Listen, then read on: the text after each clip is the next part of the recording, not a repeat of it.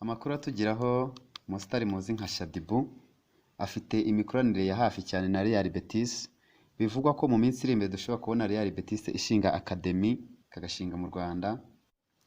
Byumvikane ko yaba ari igikorwa cy'ubutwari rwose uno Shadibu yaba akoze cyane, yaba arushije abantu bamwe benshi cyane, amakipe menshi cyane akomeye hano mu Rwanda, yaba ari igikorwa cy'ubutwari, tubyitege. Kagame Cup Kagame Cup izatangira itariki 1 kugera 15 z'ukwa munani. Amakipe azitabira na yatwaye igikombe cya shampiyona mu Rwanda ni APR gusa, ariko ashobora kwiyongeraho amatumirwa niyo wabaye wa 10. Babona ko ushaka kuzugatanga muri izo zitumirwa twe twavuzemo Rayon Sport nayo yari yatumirwa, Sports Club Villa ishobora gutumirwa, Express niyo yatwaye igikombe Uganda. Izo kipe z'abafana zitanga gapingane, zitanga akazi kurusha kuvuga ngo urazana ikipe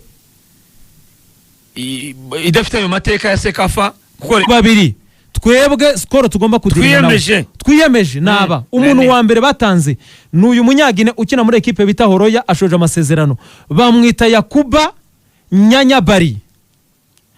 Kugira ngo abanyarwanda babyumve neza, wayejeje umutuku Kwizera Olivier. Urakoze cyane. Nyanyabari barayifite, mwataka imyaka 23 aracyari muto, yatsinze ibitego byinshi ubwo wagiye kumusoma nahise mbibona aracyari muto mu myaka 23 ubwo afite urubavu rutoya. Baro niva ku kirenge yanyuze mu defenseri bacu nk'umurabyo.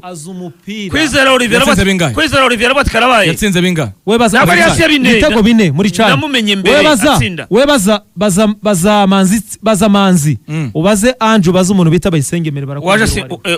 Bayisenge yaje simuraryo yabanje match ya Guinea yari Bayisenge na Ange. Abantu ni bajya kuri YouTube channel yacu bamurebe, ajya guteza penalty mwari hehe. Ariruka cyane afite intambwe ndende, ni muremure. Baro yayishyize imbere yafite ibitego bitari urameze nka Fernando Torres babataka nyinshi ariko babangutse tudaherutse kubona barebare bafite, ubona ko afite uruti rutoya. Uwo mu manager Kwizera Olivier yasanze nta kindi ari bukore. Dore n'uyu nguyu uwo mu manager ikintu yakoze uretse kujya kumugusha. Kazoreka garuke rero ku uwo mu manager yarababwiye ngo Nyanyabari twavuganye skoro, vuga n'abantu muri skoro twavuganye. Nyanyabari yaduciye yatubwiye ko muri Horo yahembwe 5,000 by'amadolari, arashaka 7,500 by'amadolari by'umushahara.